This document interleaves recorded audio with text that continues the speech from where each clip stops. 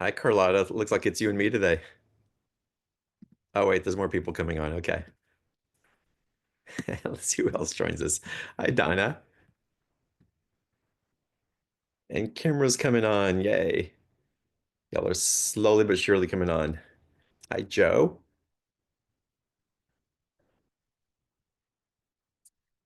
And let's give everybody a minute or two to hop on, get the proper link.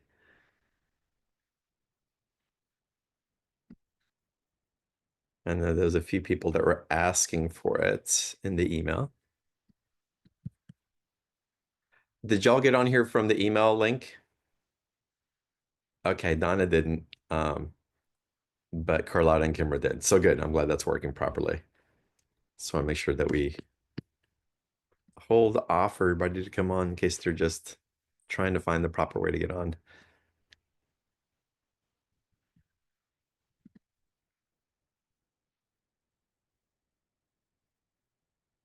And again, give me just a second. Y'all, give me just 1 minute. I'm going to be right back.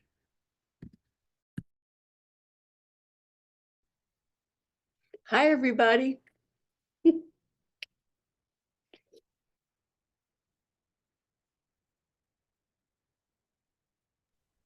Hi, Carlotta. Hi. How's your weather over there? It's beautiful here, Oh, good. Yeah, we but got rid of cold. our snow. Cold? Yeah. Wow. Are those fires kind of affecting your air quality at all? No, I'm close to Lake Tahoe. We're a lot further north. Oh, okay. Wow. So we had them a couple years ago. It was so bad, Mm, but not Wow. this time. Oh, thank good. goodness. I'm glad. All right, y'all, we're a small group today. But here we go. And if there's anything that's on your mind that you want me to go or you want us to go deeper into, please let me know. Let's be sure that we address whatever may come up. Um, well, first of all, happy Chinese New Year Oh, as it's coming up this week, starting in a few days. Um, and we're going from the year of the dragon into the year of the snake, um, which is really powerful. And when I heard about the year of the snake this year, um, and I really sat in contemplation as to it's kind of like this current that I've personally been on, that I've been relating to y'all in different ways. Um, a lot of things started to make sense to me. Hi, Tara. It's good to see you. And hello, everybody listening to the replay. I never say hi to y'all. Hello. I apologize, Hi, but John. I hold you in my heart and spirit. Hi, Tara. Good to see you. Um, it started to bring in and make sense some of the transitions that we're going through. Again, there's a lot of astrological things happening. I'm not the astrology expert, uh, but powerful alignment of planets that are happening that are definitely affecting fluidity of consciousness or providing like the openings into different levels of awarenesses that we're accessing. Um, a powerful moving forward of Mercury in the field also, and that's communication, thoughts, holding things. So again, it's interesting how all these things are lining up. Um, when I felt into the dragon year ending, um, I read a post from an amazing astrologer, and she was describing how the dragon was, came in with its full power and veracity, and really, even though we weren't aware of it, it was shaking a lot of things up. The dragon is a lot of raw power energy. Think of it like the bull in the china shop. It doesn't care what's in the way. It's just going to do its thing. Um, and that stirs up a lot of different things. And the tail end of the dragon, again, these last few weeks, it's the dragon's tail making its exit, making its final exit as the rest of the body has already escaped, and kind of lashing its tail and whipping around and kind of disrupting and knocking things down and things that we thought weren't going to be and things being cleared that we didn't think were going to be cleared. But it's kind of abrupt and sudden as it makes its exit energetically, and it's definitely made its presence felt. But in that we embody its aspect, its medicine as well. Where were those characteristics showing up in our lives? And what are we clearing? What are we just like shaking loose from our lives or bringing into alignment with that final, just kind of strong exit and putting into place as we transition forward? What was the wisdom that we garnered from that? What is it that we can feel alive inside of us that once it's in us, it can never go away? It's a part of us that we've reclaimed. Now, what do we do with that part of us? How do we use those gifts to actualize what it is that you believe is possible in your reality? And you may not have a specific vision of what that is, but we all have the same threads of hope. All of us carry that innately within us. There's the hope of being received, of being helped, being loved, being in community, the hope for peacefulness in our lives, the hope to have the vitality that purpose stirs up in front of us. And so we all carry those inside of us. That is the root of what drives us in so many different ways. Hey, Jen, it's good to see you. So find where that's alive in you somewhere, even if it's just the hope of it. It's just a glimmer of the possibility of what that may be. And hold that as alive. Fan the spark that has been ignited more profusely over the season that we've just emerged from. And then what is it that this year of the snake is bringing in? And I've discussed it various times on the show. I've mentioned it here in the membership where I felt like I was just in this state of, I called it like this gray type of energy, kind of a fog. But then I was having a conversation with Denise Manji, dear friend of mine who's been on the show. Some of y'all may know her. Um, she's like, John, yeah, it's that, but it's a state of suspension. It's like being suspended as things are articulating around, but also as we're gathering ourselves based on what we know and what we feel about ourselves rather than the impact of being guided by a collective. And this is engendering us a capacity to create regardless of the circumstances that surround us. So we're gathering strength.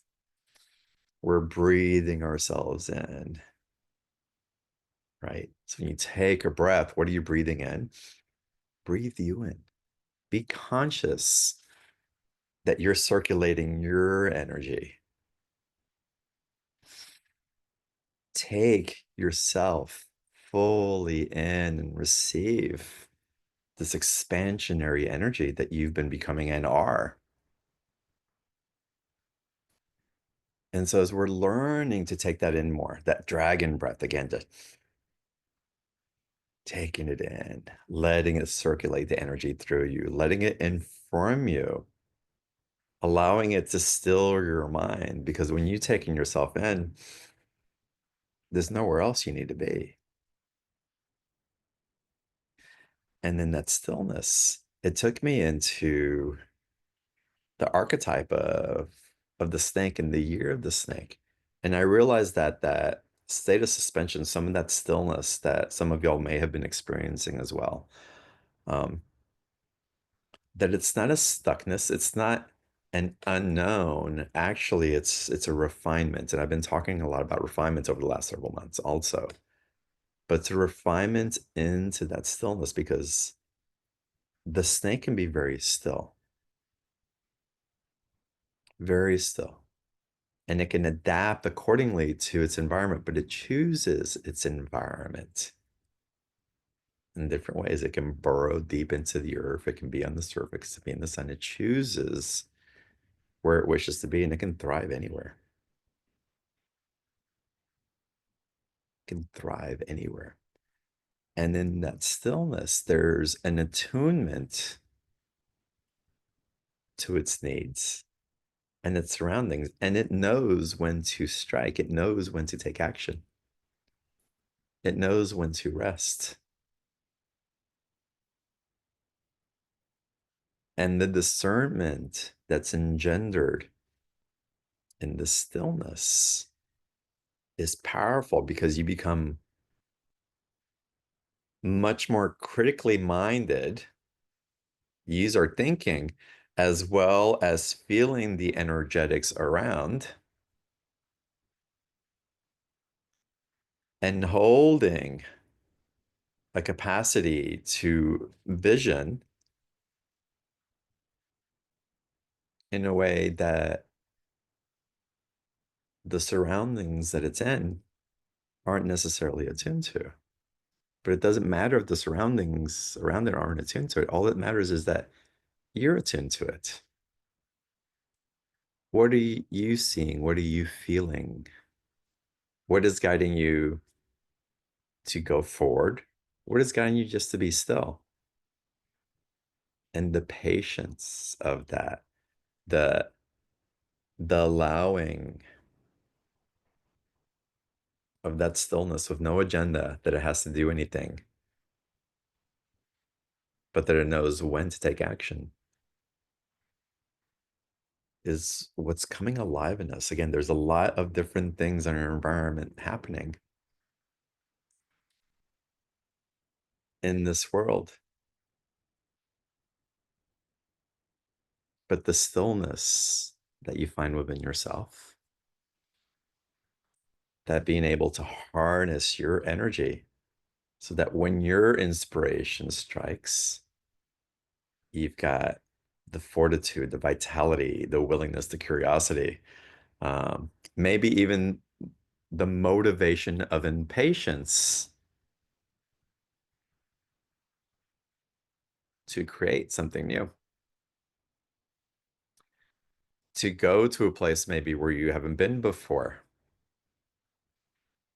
to know when it's time to retreat into the den and just kind of gather strength again, or to imbibe the nourishment of what you're consuming and let it fill you up for the next time that you're ready to go out and circulate that energy, circulate that creativity, circulate that action taking ability, and circulate it from a place that is inspired from that hope that you have in your heart. Because if we're not tapping into that, then why the hell are we here? Right? Are y'all, can we be done with the I'm just here to survive and kind of get through and I'll figure it out. My body hurts and I don't know what's coming tomorrow and I don't have purpose and I don't know about life, and great. And we're all going to go through those seasons. My invitation to you is that know that it's only a season and that it's not the canvas for the rest of your life. And will we get lost in the mire of that uncertainty or hopelessness if that gets evoked? Yeah, we're human. And if you catch yourself in that and are aware of it, just understand. Don't try to change it for the sake of changing it. Just have compassion and understanding and, hey, I get it. This is where we are right now. There's no need to make it wrong. But then we can choose the environments that we put ourselves into to see what might inspire or what can hold us in that space from a high octave, right?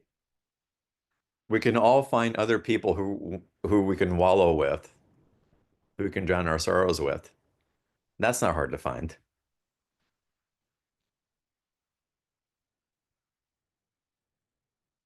Choose who you surround yourself with very carefully.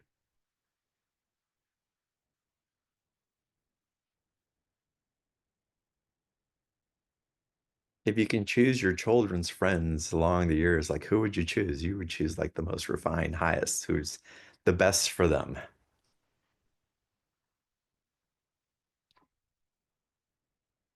If you're running an organization, you had unlimited funds of whoever you can bring in to really make an impact.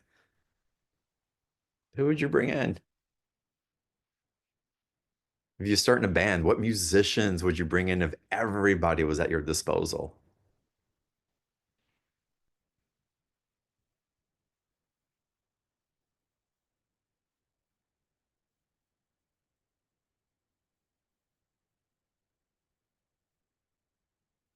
Really be aware and own who you deserve to surround yourself with.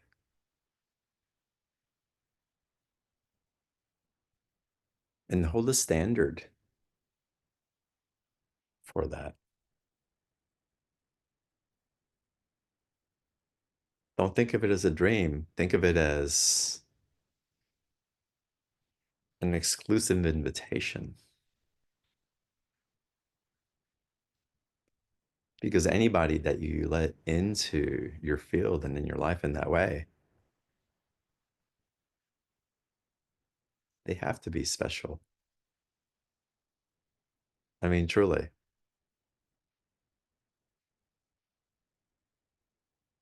Well, what do we do about our kids and our coworkers and all that? You can hold a standard of an awareness of yourself in which you can be met by. And that's also part of your service of gifting of what's possible.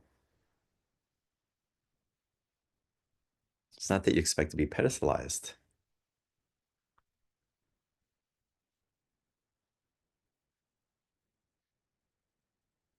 but you become more unwavering in the quality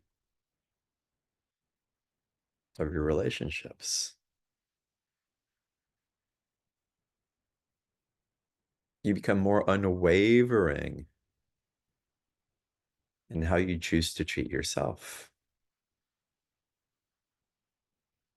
And that's really where it starts. What is it that you're choosing for you?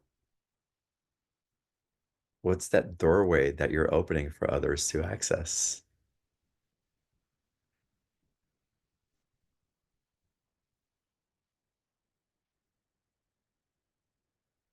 And there can't even be a why behind it. It just is. It just is. And we start circulating in that energy, it starts to heal some of the separation wounds, the codependent wounds, the ancestral survival mode, the guilt and the shaming modes, the not enough mode, and it'll come up.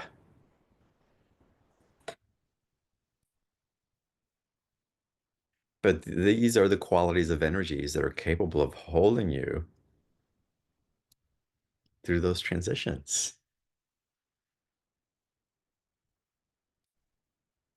What are you ready to receive in your life? And does it scare you? I hope it does. I hope it makes you shake in your boots because you know you're expanding through a patterning that's been so imprinted in you and reinforced, and that we've all been carrying forward in different ways.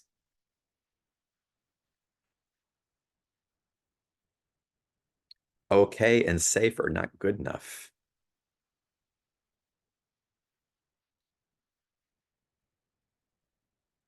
And would you all dare to live beyond that?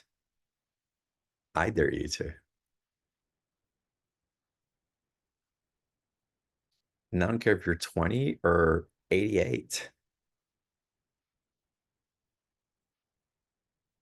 Oh, I'm too old. This is kind of my life. It's for younger people. It's just good. I'm just all right. It'll happen, whatever. No, call bullshit to that. Or I'm too young. I'm gonna start. I've got lots of time. It's okay. I don't know. It's like, no.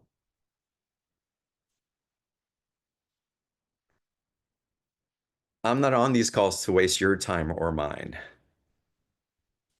I'm not suggesting this as a hope, or maybe you can get there. It's like, no, like own it, start carrying it, start taking ownership, participate. These aren't contemplations, these are energetic alignments. These are attunements of what's possible. And we can take each other to the doorway, but we each individually have to choose to cross through.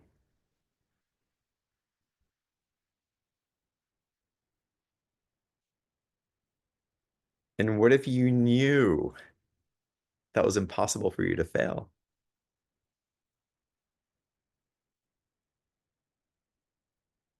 That if you fell along the way, that you'd get right back up and you would laugh about the experience because you're so in relationship with your divine unfolding. Not your personal unfolding, because the ego has a lot to say about that one. Not the collective's unfolding, because there's so many different threads that want to take us in so many different directions. And there's a lot of safety in collective unfolding when we follow the herd mentality and consciousness. But again, this accumulation of energy, the stillness, the suspension, the gray energy haze, it's bringing us back to come back to ourselves, to slow down enough that we can start seeing more clearly from the slowness, that we become more aware because that time that we've had to be still is allowing us to acclimatize to more of our surroundings instead of moving so quickly through it. So the way that I see that year of the snake energy, again, that stillness in that state of suspension. Uh, I hope you all are familiar with Flash and the Marvel movies, and when he's running by, and whenever Flash is going through a scene, everything else seems to move in slow motion. And he's moving so fast. But because he's moving so slow, he can pick things that are suspended, that would be moving at a normal rate or a quickened rate. But the discernment, the awareness is there. And the slowness, the speeding up and the slowness of energy, it's like the train wheels moving forward that eventually they start looking like they're going backwards because they're moving so fast. It's like a quantum state of consciousness that is allowing us to attune to a direction that we would prefer to go in and follow that trajectory.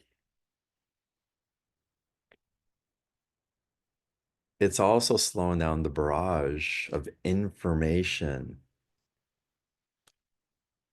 that's been coming at us.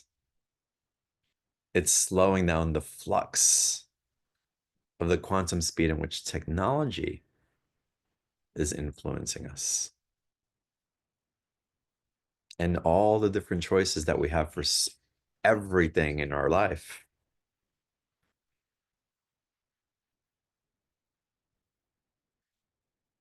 And the stillness is just inviting us in to realize that even though we may have a million pieces of stimulus coming at us, that they all carry one of very few threads. Are they leading me to unity within myself? Are they bringing me home? Are they creating separation? Are they engendering a sense of community or joy, some type of connectedness? Or is it making me feel even more separate? Is it acknowledging the virtues in which I want to live my life? Again, is it inviting in the refined state of consciousness and being that I aspire to? Or does it not?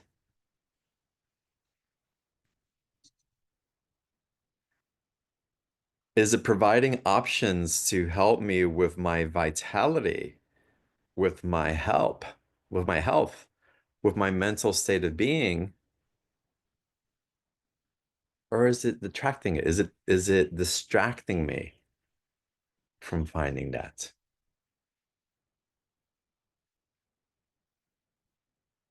Is it directing me in a place where I can tap into my sources of abundance? Or is it reinforcing the limiting beliefs of why I can't have what I want, what I believe I deserve, what my heart hopes is possible in this lifetime somehow? It's really simple. But again, the choices have us spread out then, have us in chaos. We don't know, and we're so overstimulated that by the end of the day,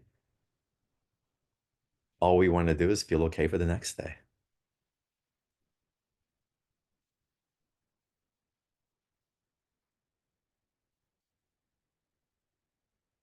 And it's such a paradox because, we say live in the present moment, and that's where we're supposed to be.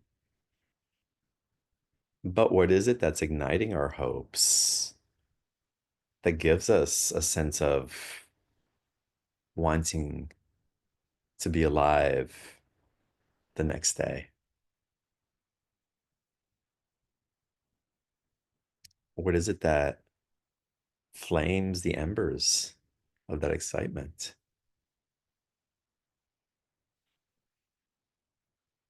And what can we do to flip the switch of that on again?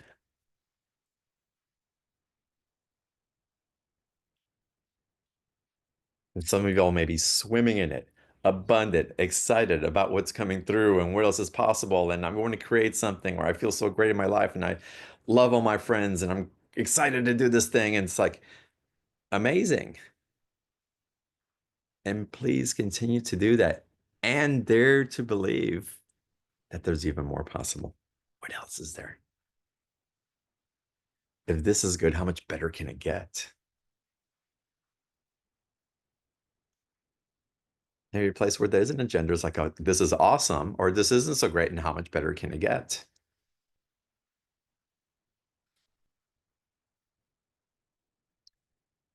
And bring in the how much better can it get, not from a place of I don't have it,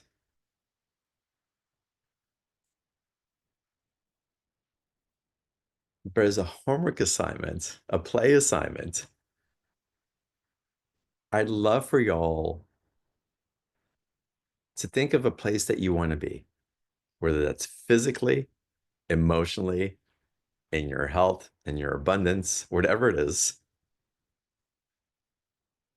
Feel what that may be for you. And go to that place like it's already here. Let's say it's been realized, it's been acknowledged. When you get to that place, catch the emotion and the energy of it. Just get familiar with it, even if it's just for a second. What does that feel? What would it feel like to be surrounded by community where I feel so received and held and welcomed and fun and playful? What would it feel like to have all these zeros in my bank account behind the ones? And how liberating and freeing that could be. What would it feel like to be so connected to myself that I just feel the joy and the divinity of everything surrounding me? I'm in in a state of bliss just living this life.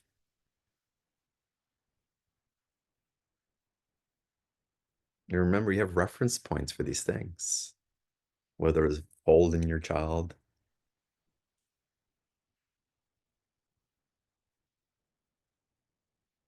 whether there's some celebration that came in, or it was the day that you fell in love for the first time, first kiss, a promotion at work that made you feel like you were acknowledged and seen and accomplished in some way. You have reference points for these things, for the state of being.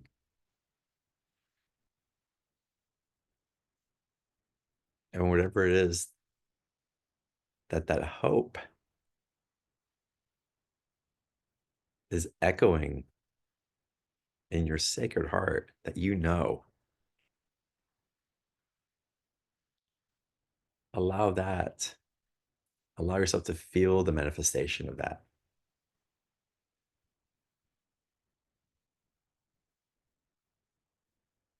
And then hold that vision, not like it's an elusive vision that you don't know how you're going to get there,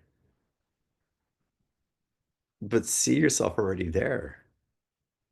Get excited about getting there. Don't go through the steps and the formulas that will eventually put you at the pinnacle of where you want to be. See yourself at the top of the mountain, looking down, and hold yourself, hold your vision there. Breathe yourself in your next breaths and hold the energetics, the wisdom of that, the culmination of your being already in that state. And allow how it's supposed to come into this reality now to show itself to you. We've been working way too hard for far too long, taking the steps in the hope to get somewhere that when we finally get to the place that we think that we're supposed to be, it's not satisfying. Or it's satisfying for a little bit, but there's something else. And there's several reasons for that. But one reason that isn't spoken about enough, or I've never really heard it, to be honest with you, is that by the time that you get there, you're not the same person that you were when you conceived the dream that you thought you wanted to have. And y'all are shifting so quickly that the step-by-step formula is not going to be satisfactory. Or it's going to be slow because you don't know, you don't believe that you can get there and it doesn't work. And it's like because there's something in your subconscious that's not buying that you're gonna find your happiness in that place.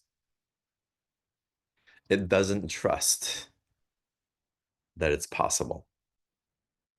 It can't conceive that what you seek will be found there.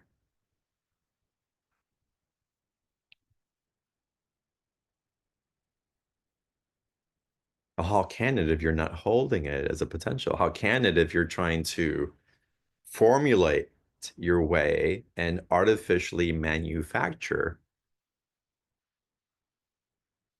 the outcome based on somebody else's formula?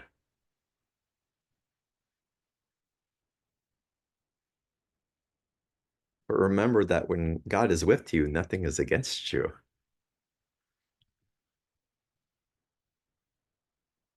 Start from the top of the mountain. Put your energy, your attention, your focus on the emotional state that you seek. Allow it to penetrate your being and your heart. Breathe yourself in the acknowledgement of that beingness, not the becomingness, the beingness, and allow your soul, your divine blueprints, divinity to do the heavy lifting for you.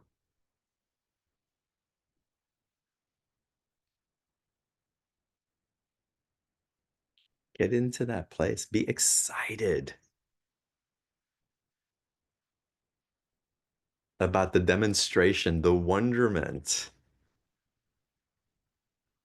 Already being on top of the mountain, see yourself up there. Already close your eyes, feel the wind blowing on top, see the vista of a place and where you're in your divine sovereignty.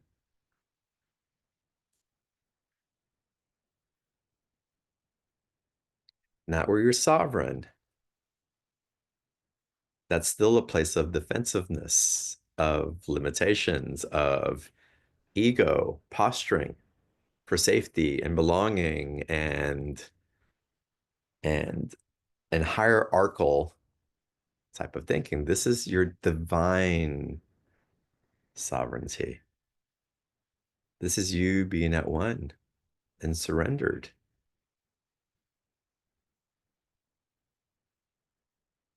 to your divine plan.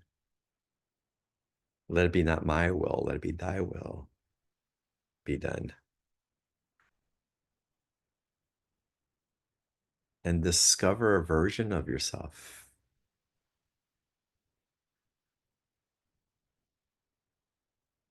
that is more on the path of your connection to source than you've ever met. Surrender into what's possible in that. Trust that if you can see it and feel it, so it shall be. Trust that any potholes or roadblocks along the way, all part of the experience. Have gratitude for it all. Be the fool. Be the fool who has the courage to see what's possible rather than the one that's building their kingdom based on fear.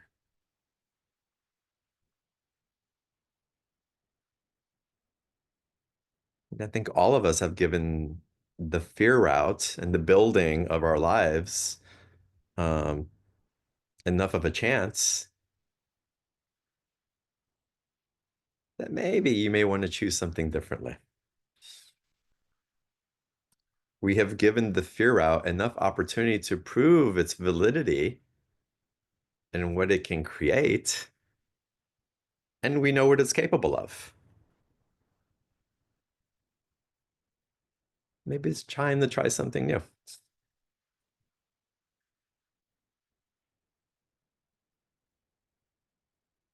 But we've been repeating and rinsing, repeating and rinsing, repeating and rinsing, repeating and rinsing. And we get little glimpses of states of elevation, and it's like, this is good for a little while, but then there's something else.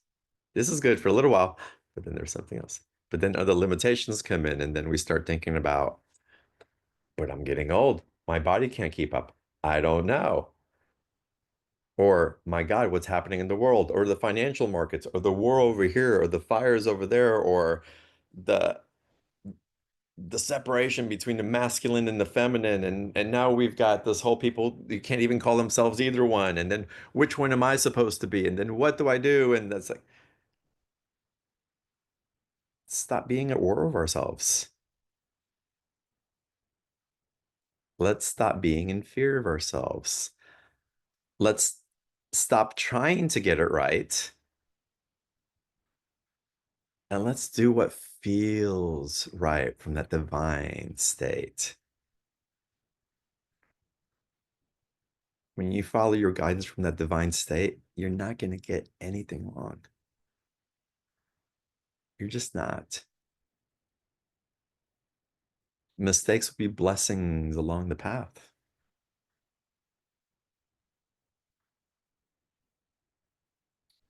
We may unwittingly cause harm to another, and yet we can still tune into the truth of our heart and trust that even when that happened, that there was alignment in that somehow, even though we can't see it.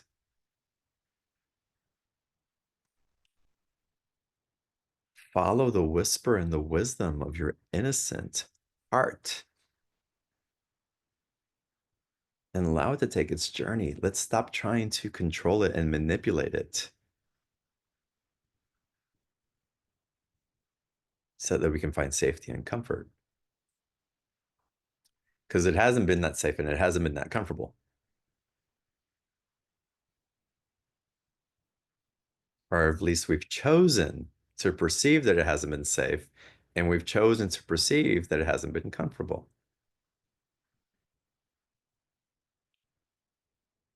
Hasn't been safe because we haven't been in environments from the refined place that you can choose your surroundings and who you surround yourself with in the way that you can now.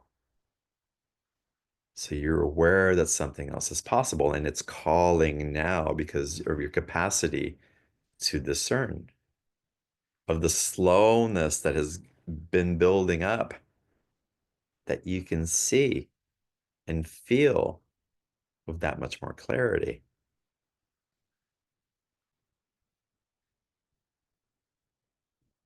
And we get to explore. We get to choose. And we get to re-choose. And we get to choose again.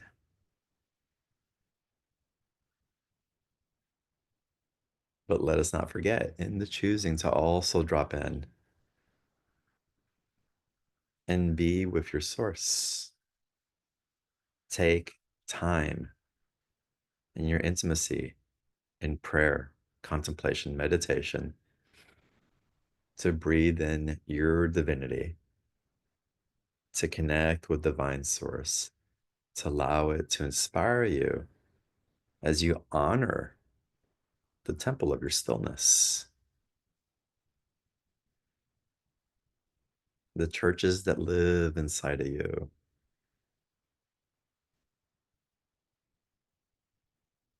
Just there, ready to receive you, ready to receive your prayers and answer them. Churches and temples weren't built for the dialysis of limiting thoughts. They were built to amplify prayers of blessings, of actualizations that are created from the connection of your heart, dreaming new possibilities.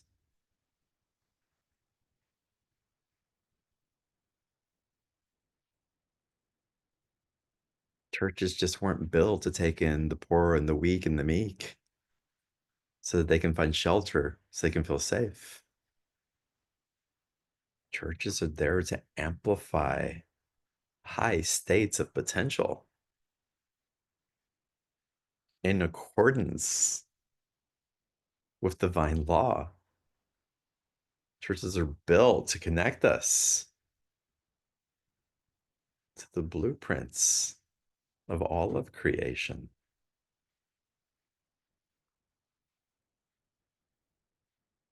Make it a practice to have a reverent, dedicated time of your day to create that space for those dreams to become possibilities and those possibilities to be actualized. The actualization of that is a gift to the divine. It is a gift to God because it is an expression of the divine manifesting through your dream.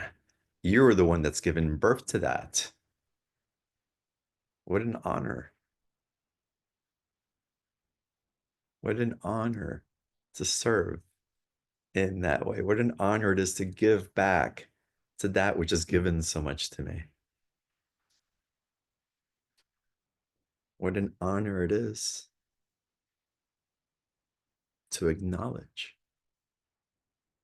Not in the falling down to my needs and subservience to this grand energy that is the creation of everything, but to pick ourselves up off our knees and to create something with what's been given to us in that connection. So yes, the reverence, the bowing, the being overtaken by the light, by joy, by love, by connection. Yes, yes, yes, yes, yes. And it's great to glimpse it, but where are you afraid to receiving more of that? Where is it? I can't hold that much. I don't know if I'm ready. I'm too busy. I'm too tired. I'd rather be in my own space. It's okay. It's okay for now. This is good enough.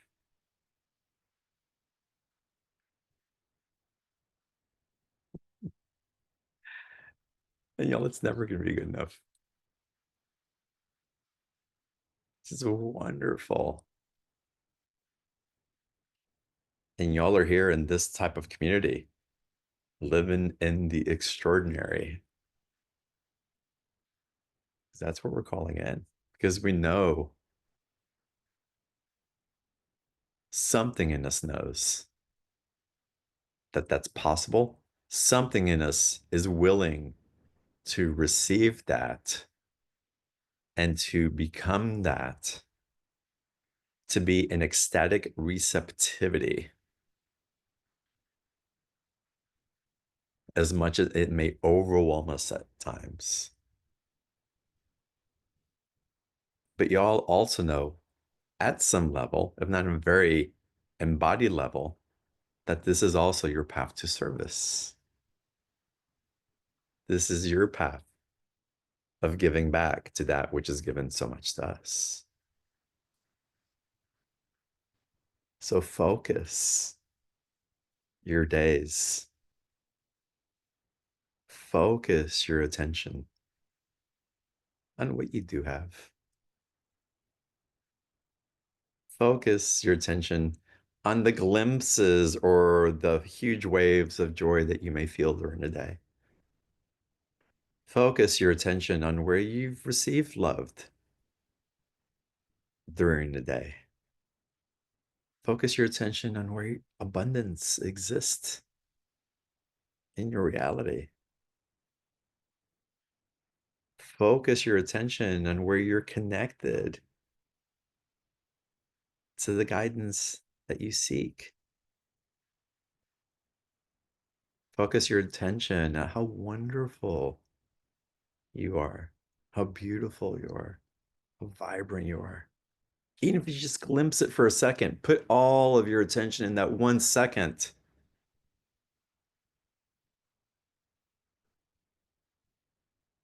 Because isn't that what you want to build? Really choose who you want to be with, and that starts with you.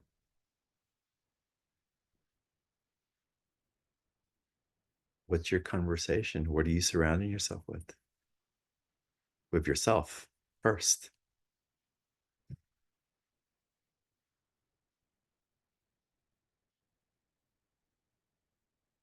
Be what you want to experience. You're experiencing it now. Even though it may be just a little spark, I guarantee you that you're experiencing some of it, or else it would not even be a concept in your consciousness. Focus your attention there.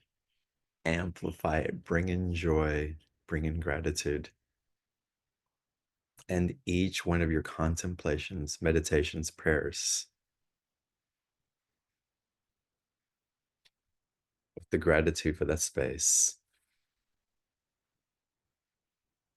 and the joy of the connection that you're in, whether it's joy with yourself, the joy being able to breathe in your own energy, The joy that the ancestors or guides may have shown up for you. The joy that your mind was going 100 miles an hour and you can land that contemplation as much as you wanted to, but how amazing to have your mental faculties working so well. I know my mother wished that she could have had a chaotic mind when she had her dementia and still remember.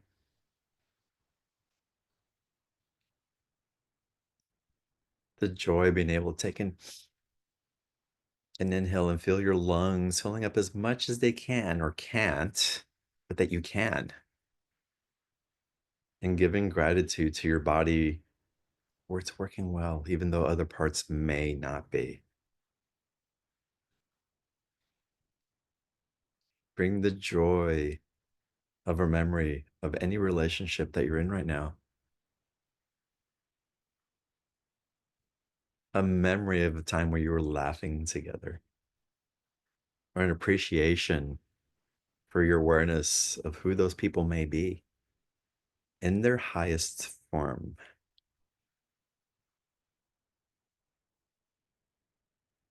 The gift that they provide as they are the divine manifesting in form for your benefit to receive.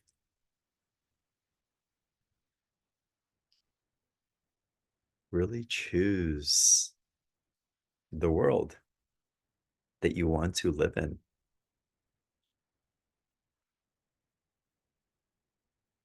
It's right there for you. It's right there for you. And this is going to become more apparent as the days and the weeks and the months and the years unfold. Do you want to be a part of those that are in separation and the complaining and the fear and the victimization?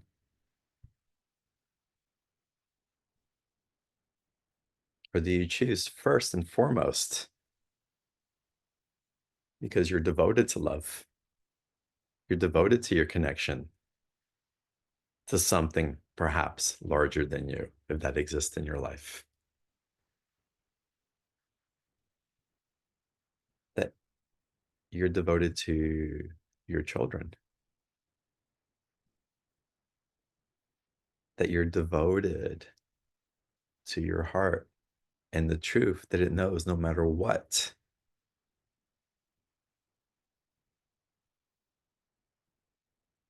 And where you keep standing in devotion for that truth. Even when the world around you is demonstrating something completely different, where you choose not to fail yourselves for the sake of following a herd mentality that is denying the very essence of the love of your being.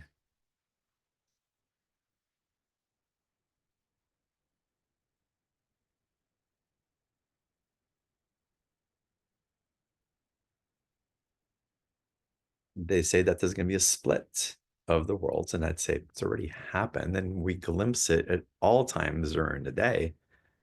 But those fields, I feel, are going to become much more prevalent.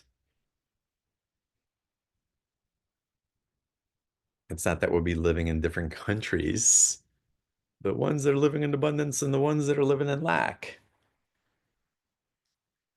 But there'll be a distinct resonance and magnetism to vibrational coherence based on your state of consciousness, based on what you're willing to hold as true in your electromagnetic field, which is the byproduct of everything that courses through you and manifests outward.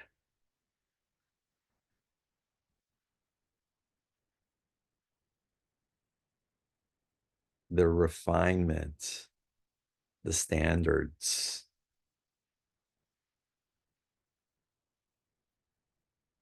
the calling in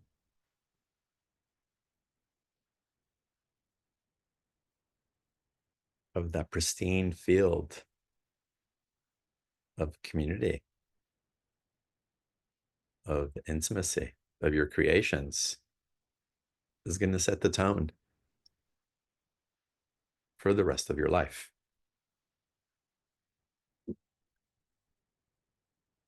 The difference now between what we were aware of and could hold 5 years ago is that we're aware that we're choosing this now. We're becoming more aware that we have to make the choices and follow the path of the choices that refine us towards there. Some of it's going to be really hard for some of us. Well, some of it's going to be really hard for all of us in certain ways because we're repatterning. But some will have to do a little more heavy lifting if they haven't gone into a place where they have had the opportunity to get to know themselves in a way to repattern the beliefs that they carry in their cellular system.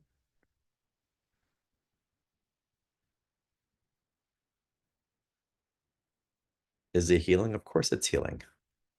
Is it igniting more into intimacy in ways that we haven't experienced? Of course it is. Is it dealing with our shadows and darkness? Of course it is. None of us are immune from those journeys. The spaceship isn't going to land and erase us from who we have become.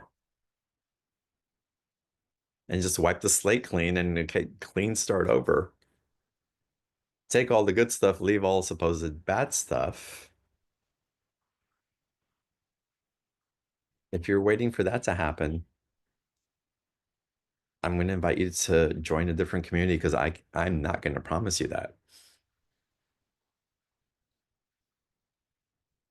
I don't believe that will exist.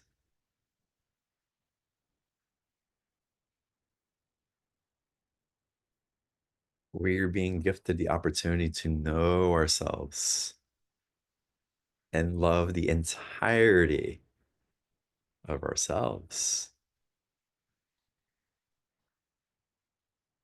We're coming into wholeness and unity, divine unity, consciousness with ourselves. We're accepting all of us. And the waves of love that acceptance engenders. It's a harmonic alchemy where you get to a place where the love supersedes the judgment. The love supersedes the fear, and all of you alchemizes into the purity that's available in that love. And that's power, and that's strength. That's divine sovereignty. Because if it's just given to you, guess what? It can be taken away from you just as quickly. That's a different enslavement program. How can you be sure-footed in something that was never yours to begin with? Based on the journey that you've chosen to take as this human being in this form. It's about you learning the beingness that you are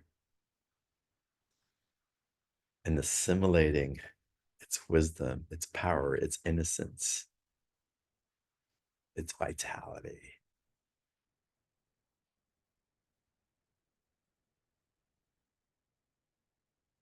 But we're navigating again from sovereign choice to divine sovereign choice.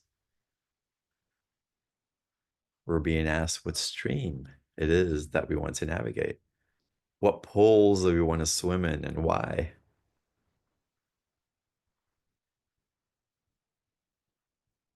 Hold high standards. Insist on high standards. Notice when those high standards are not being met and choose differently? What else is possible when I open the field? This is potential.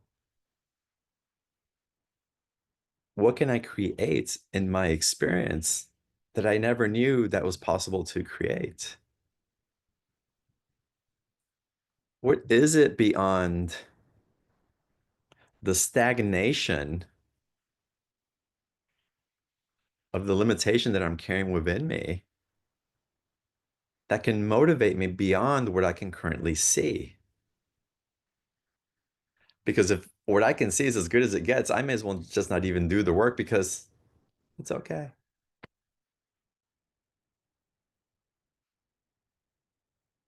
But there's something bigger, grander available.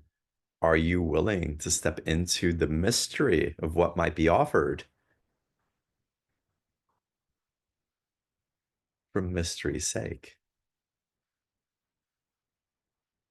Will your heart open to that? Will you dare to be that audacious? I dare you. I double dog dare you.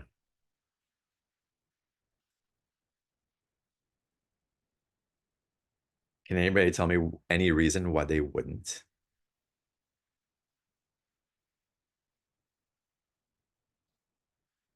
All right.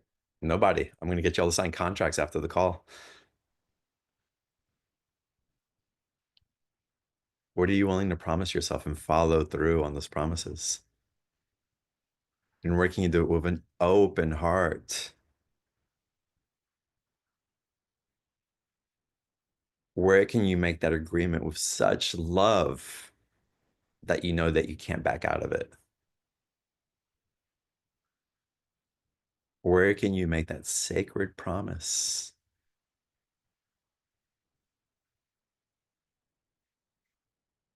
that's unbendable? Can you find that within yourself to do so?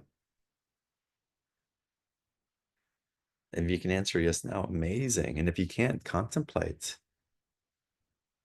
and then write down any limitation that comes up that would tell you why you couldn't. And then let's be with that. Let's tend to that. Not because we want to empower it more, because we do need to understand. We do need clear communication with those parts of us.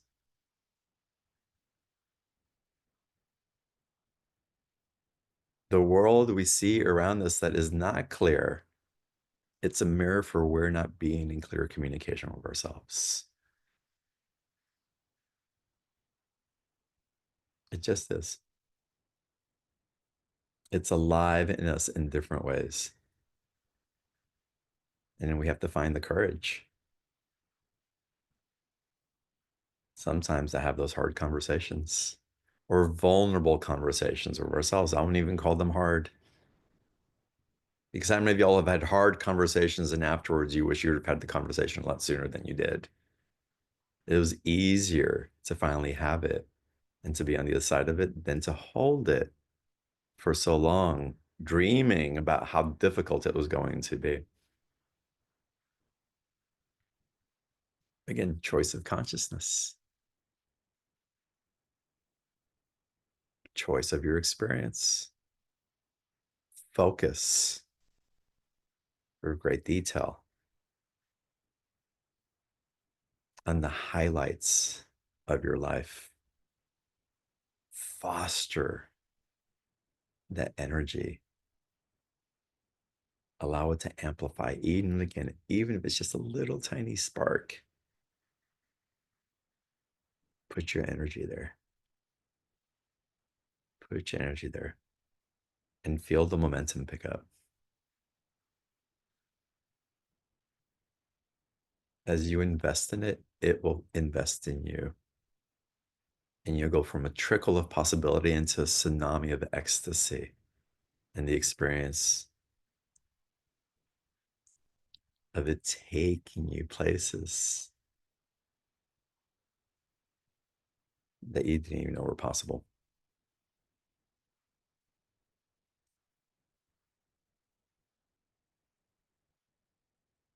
We're in such a beautiful, exciting discovery, a redefinition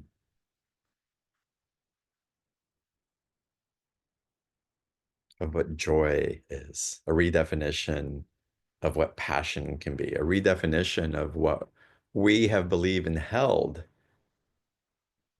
in our definition of God and the divine.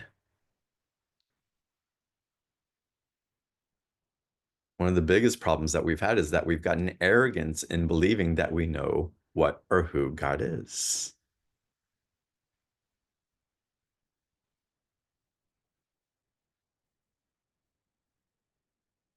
But you can feel into the truth of the essence of what that is for you.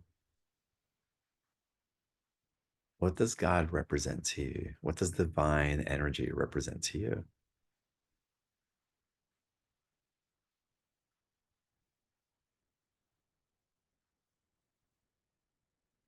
Is it love? Is it possibility? Is it safety? Is it connection? What is it that is divine from your mind?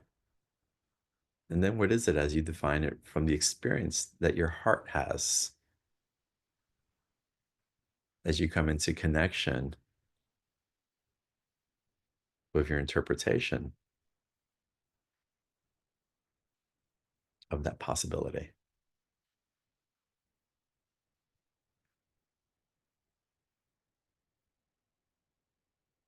Allow yourself to feel it. Be in the stillness of you having relationship with it and it having relationship with you. And let's allow not the God as we have held God to be, but let's allow God and its becoming to present itself rather than the stagnant still frame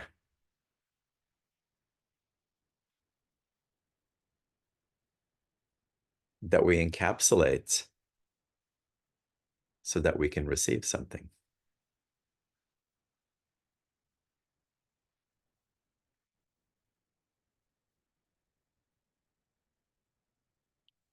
If the infinity of that energy is not just one thing, then how is it presenting for you now?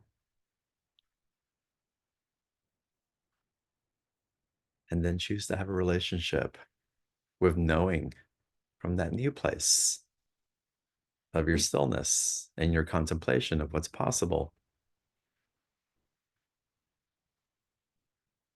in your relationship and witnessing an expression of what that may be.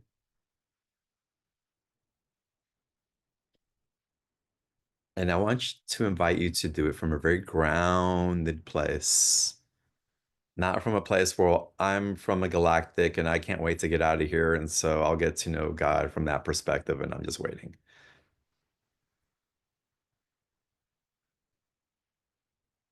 I don't know why I'm here. I don't want to be here. I'm waiting for my next life, next transition because I'm never coming back here again.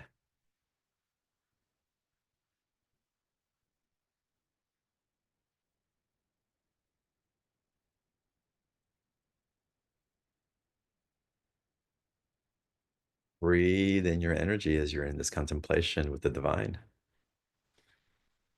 Breathe yourself in, your life force in. As you're saying, show me, know me, create through me, allow me to create through you.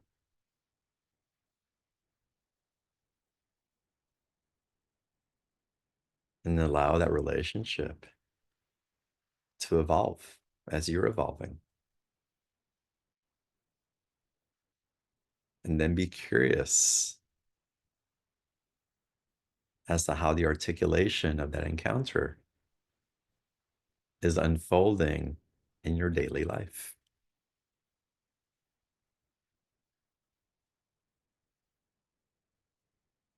For some of y'all, that connection may be very ecstatic, very blissful, very expansionary. For some of y'all, it may bring up fear. It may bring up trepidation. Welcome it all. Welcome it all. It wants to show you everything that it is. And it does. Is it just, do we have the eyes and the courage to see it?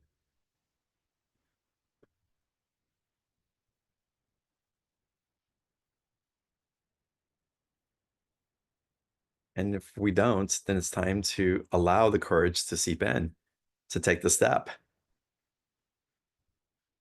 Because as good as it gets is a limiting concept. There's more. There's more. How much better can it be? What else can be shown to me? I'm ready to be inundated in ways that I've never dared to be inundated by this cosmic light. Take me, surrender. Again, the quote from the Jewish mystic, let me fall if I must, the one I will become will catch me. Allow yourself to fall if you must. Allow the perception of the fall to demonstrate the gray awakening that is happening in you and through you.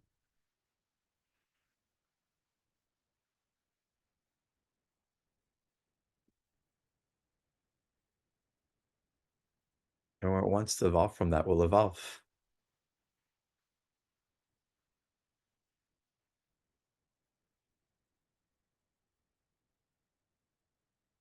What if everything that you were supposed to do in this lifetime,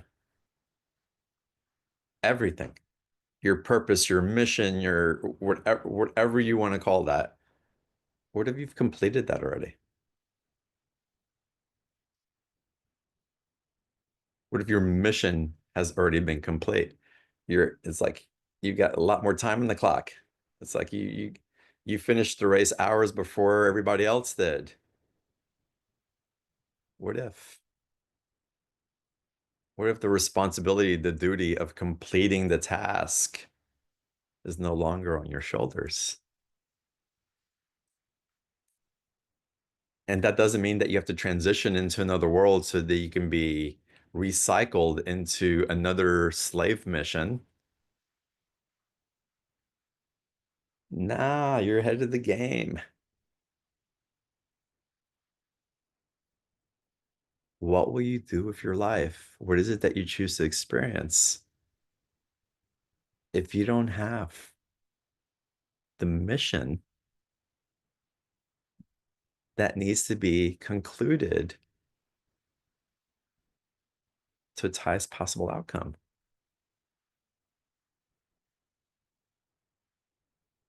Now what?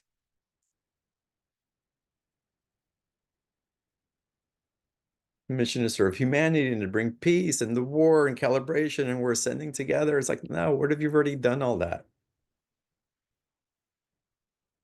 Healed the feminine, healed the ancestral, healed mom and dad stuff, guided my children and my grandchildren. What if everything that you were supposed to do has been done to perfection, is complete 100%, with some bonuses added on top just in case?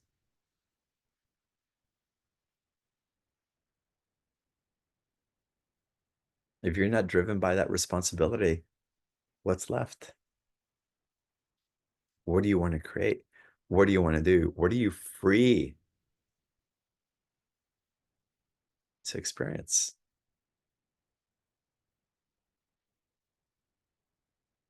Did that bring a sense of levity to anybody on the call?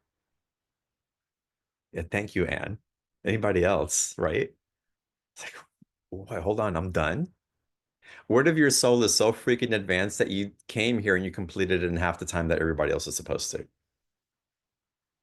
Thank you, Joe. Yes. Seriously. Where if you're such an old soul that you came here and like you just like, you built the house in no time. And now you get to go enjoy the ponds and the streams and the trees because you're not so worried about where you're going to put the decorations in the house anymore because all that's been complete as well to perfection. That you get to enjoy others building their house and witnessing them and watching them get it right and get it wrong because you already have the experience of doing it. But knowing that's the way that they get to have their experience and learn and grow. You get to play now. Ah, that's right, Joe. That's right. Bring in more play. And what does that look like? And where do you believe that you can expand that sense of play? Are you daring to invite other people to play with you?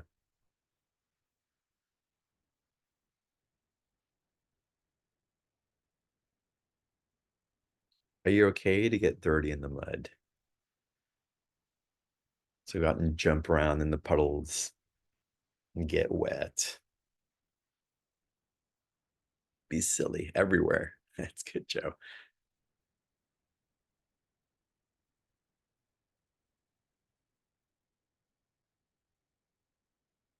So there's an amplification and attunement that's happening um, that I wanted to share with you again about the stillness point, the whipping of the dragon's tail, knocking things over and putting things in alignment simultaneously without regard as to what might be destroyed in the way.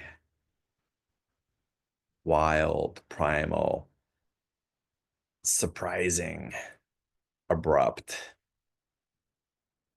into the stillness of the snake energy again, assimilating, becoming more aware and sensitive to its environment, being able to be still enough to see with greater clarity before it chooses to strike in a particular direction or move into a place of hibernation or come out into a place to warm itself in nourishment from the sun. Being very sovereign in its awareness, but also with natural awareness or rhythm with the divine, that it's guiding the next place that it is to go, that it's nourishing itself from, the next place where it gets to shed its skin and grow new skin.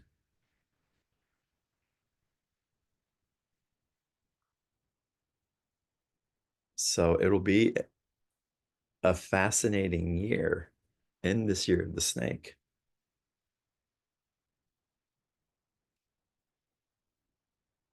Of being more attuned and aware as to what is happening in your surroundings.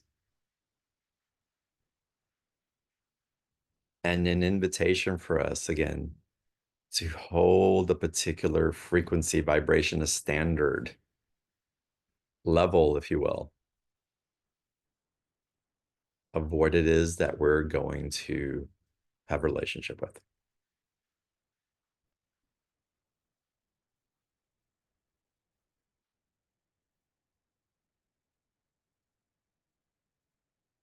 there'll be places in the collective where decisions are made really fast, like radical decisions. I don't feel those as being lightning strikes necessarily that are going to hit and stick.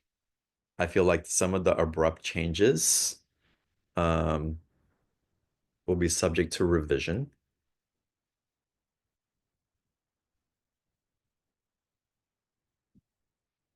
And that's all part of the attunement. And that's also the influence of awakening collective consciousness, redirecting the energy and the probabilities in a way that is more aligned to sustain and to foster greater possibilities.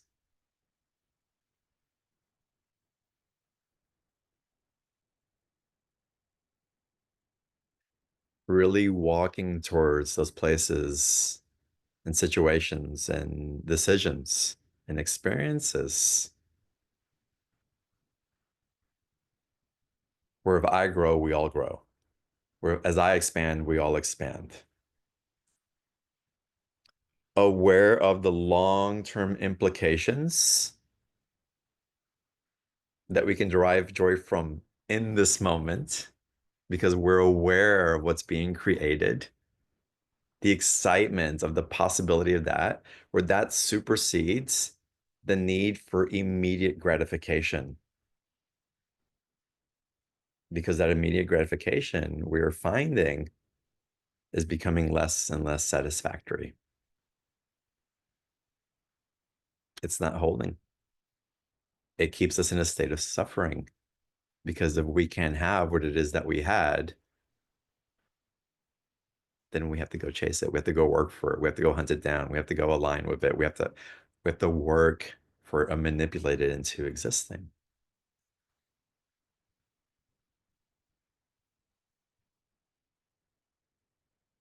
And what's beautiful about that long tail creation is that it's igniting divine purpose in our heart.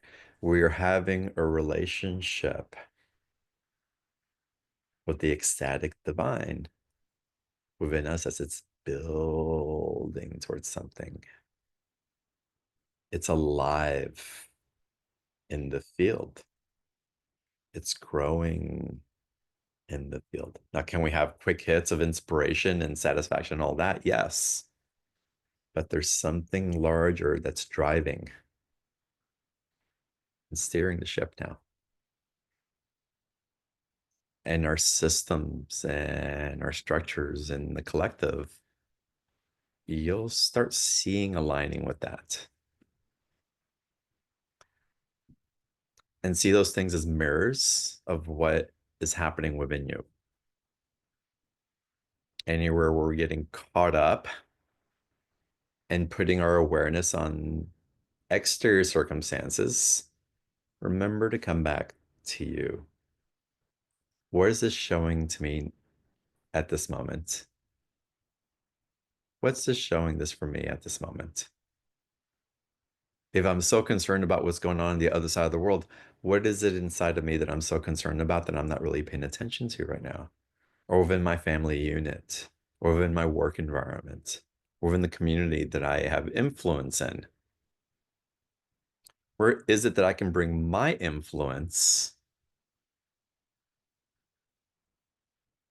and have effect in a way that uplifts and expands the presence of the divine within that structure?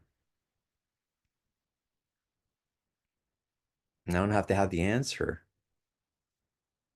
but in my beingness, in my attunement, in my devotion to the refinements, in my connection with the divine, it will demonstrate itself. How do I know?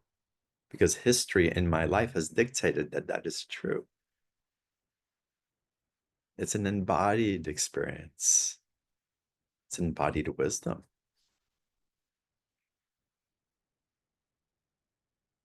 And if this world is in need of anything right now, it's embodied wisdom. It's It's those who have walked the path and can demonstrate with complete authenticity what's possible along that path. We're showing each other the way home. We're showing each other the ways to even greater possibilities.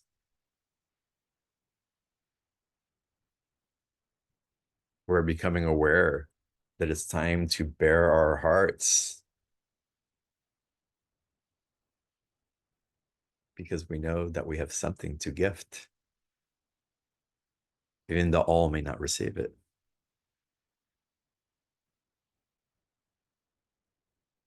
You're surrendering to the absolute truth that your love is never given in vain, that your love has purpose and meaning. You're breathing yourself in and knowing that your love has purpose. You're remembering the gift that you are.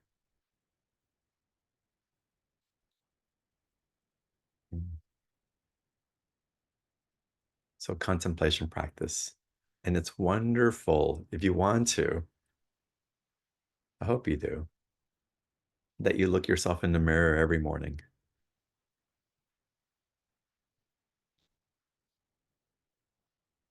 And that you tell yourself out loud the miracle that you are, the healing that your love is, that your love has purpose. And in that, that you acknowledge yourself. I see you. I love you. I trust you. I am devoted to you.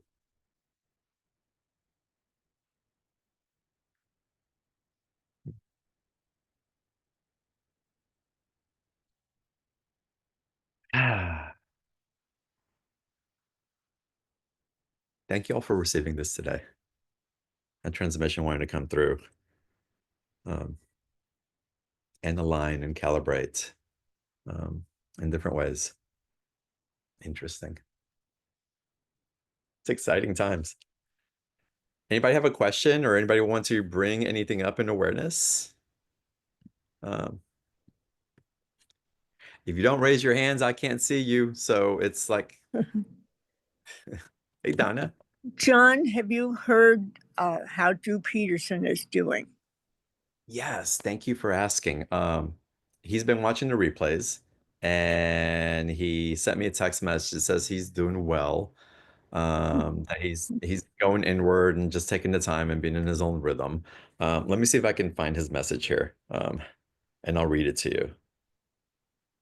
Thank you for reminding me. Yes.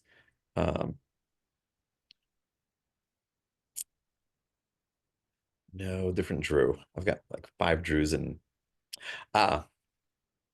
good morning, John. So good to hear your voice and see you thriving in the new year. I listened to the light last night and appreciate the reach out and know I share the love and light right back and ditto to all. Your message was especially important in my current silent mode in reflection and resonance with divine consciousness. So again, he's going inward, it feels like. The preventative chemotherapy is stronger and limits my engagement, as I shared with Barbara. Plus, I'm traveling to North Carolina to assist my mom's transition in hospice. So his mom's about to transition or has. All the more to know you are a light and true brother who has been instrumental in balancing the divine masculine and feminine. I'm currently reading a book. I miss you all and will return with a big smile and a worldwide web hug. Blessings to you and your family and all the BTO tribe. So that was from Drew. Thank you for asking. Thank you for sharing that with us. Yeah, absolutely. So lots of prayers. Wow. All right. Carlotta, you have a question? No, Mary, I think does. Oh, Mary has a question. Hi. Oh, there you are, Mary. Hi. Can you unmute your microphone? Yeah. Or will you please unmute your microphone? Yes. Thank you. Thank you. Thank you for that. That was just amazing. Hmm. I gotta say, I just had to sit down and absorb everything that you said, and I really appreciate it. But I have Eh, something really stupid to say, I or love it. question to ask. And I can't believe that I'm going to ask this, but I am. The year of the snake, okay? All my life, I have been absolutely terrified of snakes. And this, when it came in that this was the year of the snake, I freaked out in a weird sort of way, thinking, I can't do this. I can't have anything. I can't even write down the year of the snake. I couldn't do anything about it. And I started working with myself. I'm doing better, but what the heck? What does one have to do with the other? Hmm. So there's a couple of things in that first I'm gonna be cheeky with you, but it has purpose. Um, what has a snake ever done to you? Well, the only thing that I can remember is my brothers chasing me with snakes when I was a little tiny girl and wrapping it around my neck and scaring the, you know what, out of me. And I But felt you're strangled. I felt strangled because I couldn't breathe. And I was very little. yeah, And it just stayed with me. right. But the snake So, hasn't done it to you. Your brother was teasing you and brought you in. The snake wasn't chasing you. The snake didn't strangle you. The snake didn't bite you. It's well, no, that was a skin. I mean, there were snakes that were around that did chase me that I, because I would run. I suppose it was my fault in, how you make noise and they're silent characters and you scare them and they come after you. So the in point that, the point I'm making in this is that our learned yeah, fears are exactly learned fears. They're not experienced fears. and yeah, I get that. And okay, if we're walking out in the desert, we live in an environment where there's snakes. We know where to go and where not to go. We know if we are going to go there, that maybe we're going to wear boots or we're going to walk carefully and all that. So it's it's about clear communication with the worlds. There wasn't clear communication. Gotcha. Nature, there Okay. was a clear understanding of where we just weren't taught that. We were taught fear, Yeah. and we based our interpretation of a being based on what somebody else told us that we had to do. Now, was your mother right in saying, "Hey, be careful and of those snakes because they can bite you and they can be really bad"? Absolutely. Now, did she take it a step further and say, "Okay, when you go outside, this is what you do, or when you see this is happening," or it's like it's there, if it's wet or if it's no one really gave you that education, Mm-mm. Mm-mm. Never. right? So, what if we can allow Snake in as a guide to teach you in a way that you've never been taught before? Well, it's kind of what I had been having go through the back of my mind that this was happening for me to learn from it. But I want to bring it in for you from a state of you agreeing to it, then rather than have to learn to not be afraid. Yeah. Oh, okay. Okay. Oh, okay. Because Okay. I don't want you to learn to not be afraid. Well, we could start there. No, it's like No, I'm being facetious I know because that's I what get a that, chicken but I it's am. really important because this is again, this is a place where we're going to choose to be on top of the mountain or we're going to take the little steps that are going to prevent us from getting where we want to go. And I'm saying, let's Gotcha. go to the top of the mountain. Let me reinterpret. It's like, all right, clear boundaries with the snake. You can't cross this because you can't sting me in the way, or you can't bite me or choke me in the way that I was so afraid. But you're here. What wisdom are you sharing with me? What is it that you're gifting me in your presence? if I've crossed your path and I've pissed you off, please illuminate my ignorance so that we can respectfully coexist.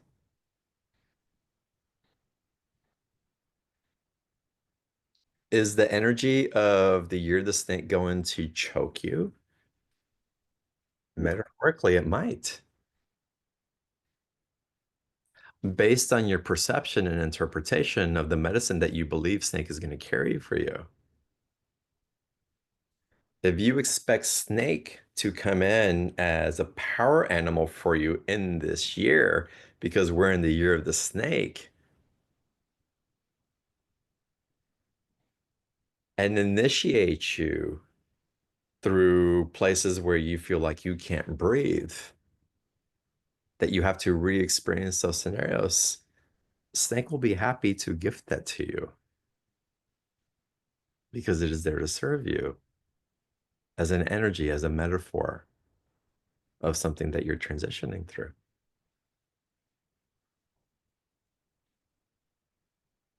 Hmm. And if you dare to be courageous and say, all right, what's the medicine that you're bringing? And let me be open towards physically, I can go to the point where I know that you can't harm me in the way that I believe that you could. Mhm. Mhm. What if I can surrender beyond what I know, which is what I've been taught, not Yeah. what you've really experienced, but what you've been taught, Mhm. and be curious. That's Well, I all. have done something. This is interesting. That there's been two situations for me in the last couple of years, I'd say, where since we moved here, and there are poisonous snakes in this area where it's where I lived before. We didn't have that, and I didn't really think about it much. Long and the short of it is, the first time I came across one, instead of freaking out like I normally would have, I stepped back and just calmly said to it, without even realizing I was saying to it, "Oh, hello. I'm just going to step back now." I was on one side of a door and it was on the other. So at least I felt Oh, that yeah. safety made a big difference. The second time was outside, and I went to get my garbage can from its place and take it out to the curb for pickup. And there was one coming by. Mhm. And I didn't freak out that time either. I looked at it very carefully and I said, "Oh, I'm not going to bother right now. I'll come back." And I said, "Hello." And I turned around and very slowly walked away. And for me, Mhm. I thought that was a huge progress that That's amazing. but that's all. And then after that, I went and talked to the snake divas and said, "Well, if you don't mind, would you just kind of keep them over in the other area of the yard?" Yeah, yeah, yeah. And they I haven't been love back. that's great. I love that you've been much calmer in the presence. Um, just bringing awareness is like whenever the energy snake comes in and you do feel a contraction or fear come up, just be aware. Just like instead of running from the fear or the contraction, it's like, oh, this is so uncomfortable. Go, just Yeah, breathe yourself in. Just that's what like, I'm trying to do. Yeah, okay, and not for the sake of releasing it, but for the sake of getting to know it, right. right? Because we're so quick. It's like, let me get rid of this. I don't want to. No, let me get to, all right, you're here. Let me get to know you. You're here right now. And isn't that also how many of us in different ways, I know certainly it was for me in different ways, how we've connected to our guides and guidance. I grew up very religious and very superstitious in different religious aspects. And if spirit were to come in, you're supposed to be afraid. Oh, see, I never was. See, that's Yeah, wonderful. But again, no, it's but I part get of what you're saying. things that are in trains. Like, I don't know Yeah, what this is. I need to be careful. Who's talking to me? It's the devil. It's something dark. yeah, yeah, yeah. Something's gonna take me away. Something wants a piece of me. And I don't know what's it's like from spirit form. This That is was something that And so I had to learn to be with what was, be in enough of my discernment where I can open the valve of trust a little bit at a time until something just came in my consciousness. Is like, you know what? This is going to shift. Um, and it wasn't a forcing, it was just a knowing. Um, and when that knowing comes in, it's like the vault's just opened. Mhm, So mhm. even take those little sips at a time, like you're doing. And Okay. it's again, it's wonderful if fear and contraction comes in. It's like, okay, this is exciting. Fear and contraction from snakes. All right. All right. Well, here, as long as there's not one in my vicinity right now, um, that can really do me harm, then I'm going to choose to experience this. Yeah. Okay. Yeah. I guess I'm doing what I'm doing then. I'm Yeah. trying to do exactly that. I It's shouldn't say trying to, I really am. I'm surprised at myself. not a stupid question, by the way. I love that you brought it up. So thank you. Oh, thank you. And you look Thank you. amazing, by the way. It's so good to see you. You look really good. Oh, Yeah. oh, thank you. You look Thank you. Thank vibrant. you. You look Thank like you. yeah, you look I'm fantastic. coming back. I'm coming back. It's been a long year and a little bit more since Rod's left me, but he's here with me all the time talking, and we talk and have so much fun. I have so much interaction with the other side that it's kind of just special. You got a new playground to play in. Yeah. All right, love. Yeah. Blessings. Thank you Good to so see much, sweetheart. I love you. you. Love you too. Joe, welcome. Um, you were talking about that fear and contraction. That was me this morning. I don't want to Mm. listen to this. Oh, yes, I do. Oh, no, you don't. And I just said, okay, both of you talk, but I'm Mm. still going to push through it. Yeah. Isn't that And I'm wonderful? here. What I raised my hand about, I'm going to give you a share. Talk about synchronicities. I Mm. did a unique kind of summit on Saturday.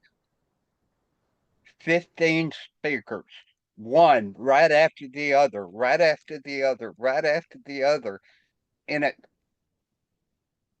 I've got the replays on those speakers, but I don't have any desire to go back to it. It's like somebody sat down a big bowl of ice cream right in front of me. Your transmission just put the whipped cream on top Oh, of it. nice. Love that. Amazing. I'm finding Yeah, that, it is pretty amazing. yeah, I'm discovering that things are just piling up in the most beautiful ways without me knowing that they're piling up until it's like, wow, that just happened. It's like that. How did that culminate into that? How did this thing that I was like, that I felt removed from all of a sudden just seemingly from nowhere just present itself? Yeah. What was also And wonderful that it's not just like, mm, yeah, it's magical, but I'm also noticing like the pieces that constructed it along the way, even though I wasn't aware that the pieces were constructing that along the way. yeah, yeah. Does that make sense? That there's another part of that too that's coming to me that I've gotten really clear. Pay attention to the messages, and there's messages everywhere. Some are mine, some aren't, but they're out there. Mm. Something to bring into awareness as well. And this is a period, this is again why I really want to invite the breath into yourself, breathing yourself in. I had an experience last week where um, I was aware of a certain trajectory. I am aware of a certain trajectory that's presented to me in the physical, and it's been inspired by cosmic invitations or agreements, if you will. So now I'm talking from this point, Yeah, and now I'm very aware of like meetings with other souls to create different trajectories and collective alignments. And it got to a place where I was in a meditation and I had made a decision to go on a different path than what was originally agreed to. And when I was presenting that from my heart, it was just inspired to like, hey, I'm choosing this rather than this. There was a collective galactic group that appeared. It's like, no, you can't do that. It's like, oh, yeah, I can. Um, Yeah, I can. and the group, and this was real. This wasn't, it's like this is part of my awareness. Um, that collective was very much protesting my decision to, to direct the course of my part of that agreement in a different way. And it was contentious. It was like, but they're like these luminous beings from other place that carry wisdom and they carry so much and other people are light languaging their messages and it's like so many people pay credence to them and they carry a vision that we hold so much reverence for and I honor that and and what finally set it free, well, I was gonna be set free anyway because I was choosing it, but what was the icing on the cake, the whipped cream on top of it all. It's like I will act in accordance to God's divine will. Yeah, And yeah. any contracts held in agreement that need to be restructured because we're evolving in ways that we couldn't have anticipated even now based on when we formed our original blueprint. I love the way you said that. Yeah. That we get to be in devotion to divine sovereign creation and in alignment with God's divine plan for us and choice and will for us.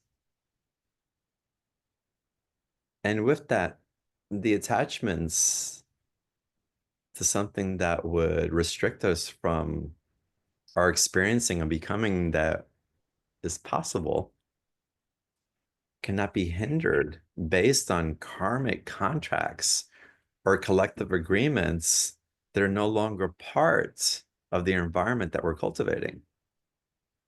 And what else are we providing in that consciousness that perhaps is of greater service? But we know that we cannot deny ourselves if we are to act in our divine service. One can't come at the expense of the other. We would bring in limitation if we were to limit ourselves. So a big Agree to that. Yeah. yeah. So Um, I'm that going was to echo that, and I heard it come out of my mouth the other day. My little 6-year-old popped up talking about some concerns about safety mm, from way back in the 60s. And I went, okay, I was you then. There wasn't a lot I could do about that, but that was then. This is now. I've got your back. And if mm. I don't, God does. And the two Nice. of us together make one hell of a team. I love that. Again, when God is with me, nothing can be against me. Right? Right? Yeah. Really feel that. It's like, okay. And it sounds like you're surrendering even more into that and that you're acknowledging the fragility of the innocence of that 6-year-old within you and holding it in such way and um, guiding it with your heart's wisdom. Um, there's no greater gift because you're embodying that. And your 6-year-old has the attunement and discernment to tell the difference based on all the experiences that it's witnessed you navigating. And so And it builds up a trust barometer based on how you have shown up and demonstrated yourself to be able to hold the field that would be in alignment with him choosing to come back into creation with you. yeah, and I'm starting to take a whole new direction. I'm even thinking about cleaning out all my archives. Wow, wow. Amazing. Um, Enjoy the process and congratulations. and another part to that is that it's not always me Mm. doing the leading. Sometimes it's that 6-year-old that's leading. How fun. Are you having fun It with them? is. Say that again? Are you having fun with your 6-year-old? Absolutely. Enjoy him being serious. Enjoy him being in the minutia of it. Enjoy him being in the playfulness of it. Enjoy him being frustrated. Enjoy him being, you know, in high states of ecstasy and enjoy all of it. It's like with my grandson. He'll throw a tantrum and then 10 seconds later he'll be happy. And it's just I love all of it. It's just so just like you're freaking awesome. Um Yeah. and to That's have kind of the way I'm treating that there's like a period of there 6 to 10 that had a whole lot of stuff. And I'm going, it's okay. Whatever you wanna talk about, we'll talk about it. yeah. And if And I, I want you to however bring you want to bring it to me, bring it. yeah, I invite you to use a big word for the 6 to 10-year-old, one that they can relate to and it'll touch their hearts because they know this place. It is imprinted in their awareness, and yet it's okay is great because that it's an invitation that, hey, it's okay, I got you. And that's easy to understand. But I want you to stimulate their knowingness, their inherent regalness, their inherent majesty. It's like I I think honor. I've already got that word. I think it's called trust. I was gonna say honor. That too. I Trust honor, and honor. I'll do it that way. I love it. I trust and say it in 2 sentences. I trust what you're bringing or what you have to say, or I trust you. And I honor what you're bringing to me.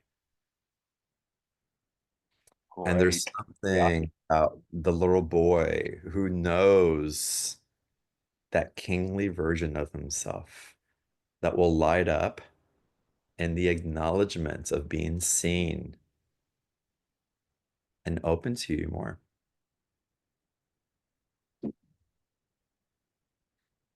Yeah, it's a big Cool. energy. It's beautiful. It's beautiful. Joe, Yeah. thank you so much for sharing. Wonderful. Yeah, amazing. Thank you.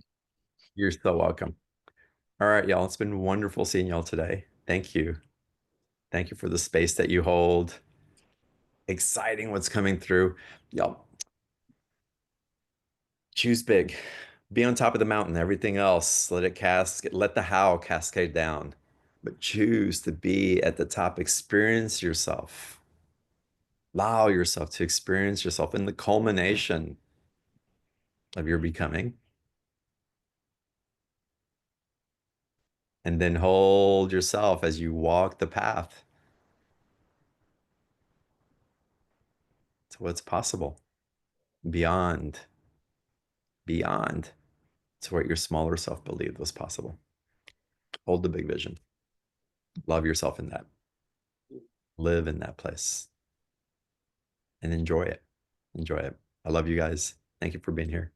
Love and blessings. I was waiting for you to say that. Love and bless. Thank you, John. I'll Love see y'all you. next Love week. you all. Bye, Bye. everybody.